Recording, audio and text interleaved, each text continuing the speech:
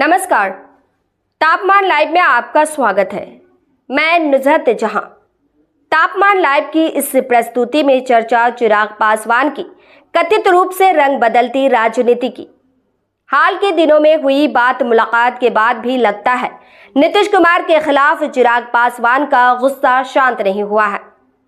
2020 के विधानसभा चुनाव की तरह 2025 में भी उन्होंने जदयू से सीधे टकराने का मन बना रखा है।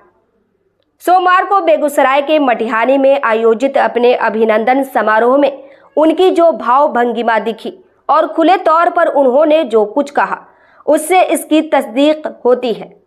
अभिनंदन समारोह में चिराग पासवान ने बेगूसराय जिला परिषद की पूर्व अध्यक्ष इंदिरा देवी को मटिहानी से लोजपा रामविलास का उम्मीदवार घोषित करते हुए उपस्थित जन समूह से उन्हें आशीर्वाद देने का अनुरोध किया, यह कहते हुए कि 2020 में मटिहानी के लोजपा उम्मीदवार को जैसा जिताऊ आशीर्वाद दिया था वैसा ही इनको भी दीजिएगा।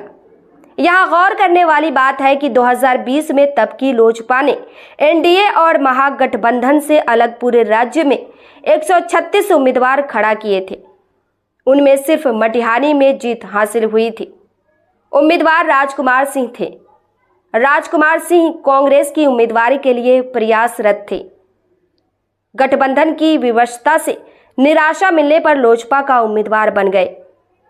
त्रिकोणीय मुकाबले में उनकी जीत हो गई, लेकिन ज्यादा दिनों तक वह लोजपा में नहीं रह पाए, जदयू से जुड़ गए। 2025 का चुनाव अभी दूर है। एनडीए में सीटों के बंटवारे पर कोई चर्चा तक नहीं हो रही है। इस बीच चिराग पासवान ने मटिहानी को अपने कोटे में मान इंदिरा देवी को उम्मीदवार घोषित कर दिया।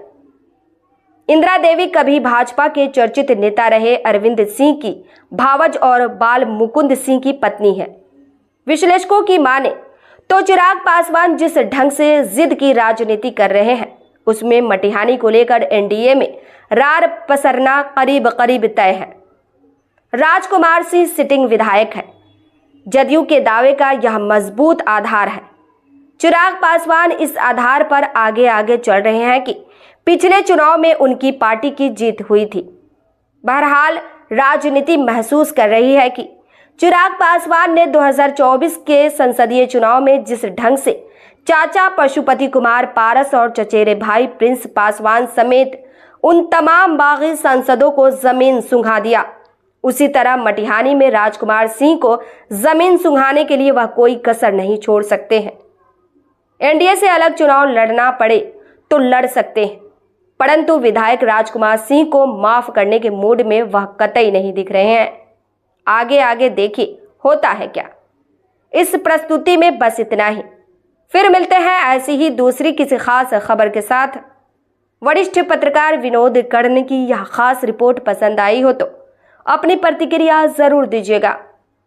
तापमान लाइव चैनल को देखिए, शेयर कीजिए, लाइक कीजिए और सब्सक्राइब अवश्य कीजिए।